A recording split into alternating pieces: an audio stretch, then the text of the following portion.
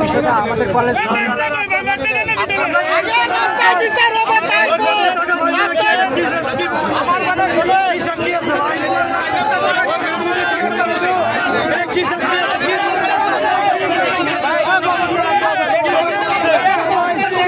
সবাই তো এখানে মানুষ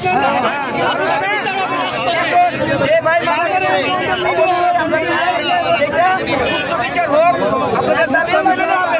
আমি বলতে দেন আজকে আমার কথা শুনে আজকে এই যে জ্যামটা হয়েছে এখানে অসুস্থ মানুষ আছে মারা গেলে দায়ভার আপনি নেবেন আমি নিব।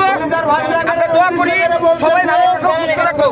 আমাদের দাবি তিনটা, 5 কোটি টাকা ফ্যামিলিকে দিতে হবে।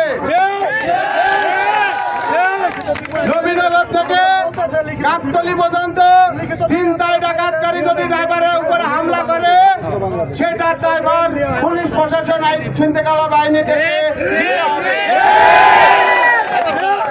3 নম্বর দাবি, 3 নম্বর দাবি আমাদের যে জাতি ভাই মারা গেছে সেই সন্ত্রাস গুন্ডা বাহিনীদেরকে ধরে নিয়ে এসে ফাঁসি দিতে হবে। আমাদের আর কোনো দাবি নাই, আমরা ছাড়ের মুখে শুনতে চাই, শোনার পরে আমরা রাস্তা ক্লিয়ার করে দেব। রাস্তা ক্লিয়ার করে দিয়ে আমরা কিন্তু কেউ কর্তব্যে ফেরত যাব না। আমরা চাইনি যে আমাদের মানববন্ধন সেটা চলমান থাকবে।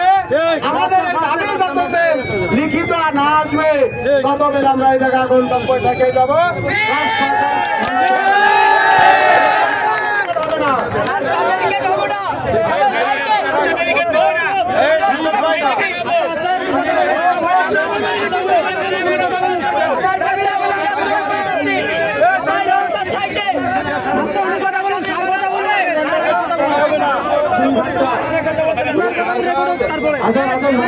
যে ভোগান্তি হয়েছে সেটা তো পূরণ করা যাবে না। তবে আপনাদের সভাপতি সাহেব যেটা বলেছেন যে 5 কোটি টাকা যদি আপনাদের নিয়মে থাকে আপনাদের ইন্স্যুরেন্সের ক্ষেত্রে আমরা সংশ্লিষ্ট জেলার যে সিরাজগঞ্জ জেলার ওই এসপি মহোদয়কে মাধ্যমে জেলা প্রশাসনের মাধ্যমে আমরা সর্বোচ্চ সহযোগিতা করব।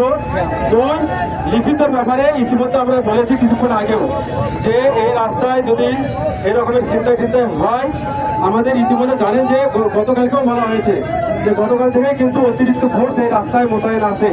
সুতরাং এটা আর হবে না, এটা লিখিত দেবে ওসি সাহেবের এখান থেকে 5 জন যে 80 5 জন যাবে সারা বাংলাদেশের মেসেজ দেওয়া হবে। সারা বাংলাদেশের দায়িত্ব আমাদের।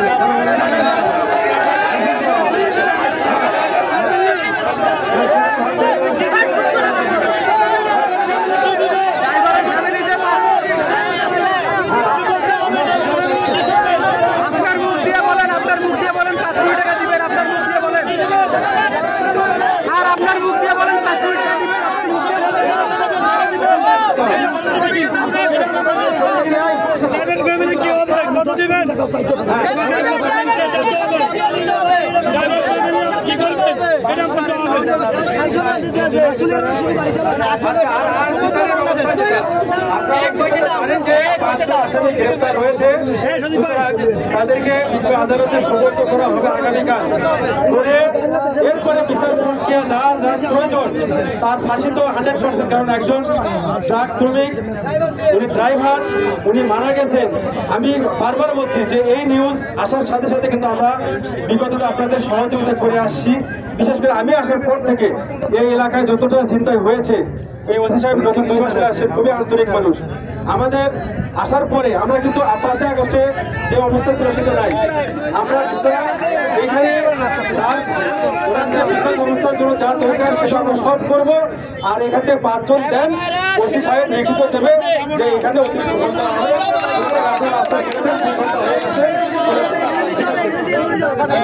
আচ্ছা এখানে আপনি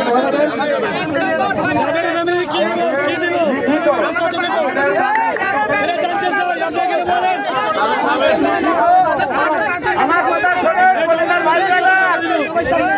আমরা নির্যাতিত।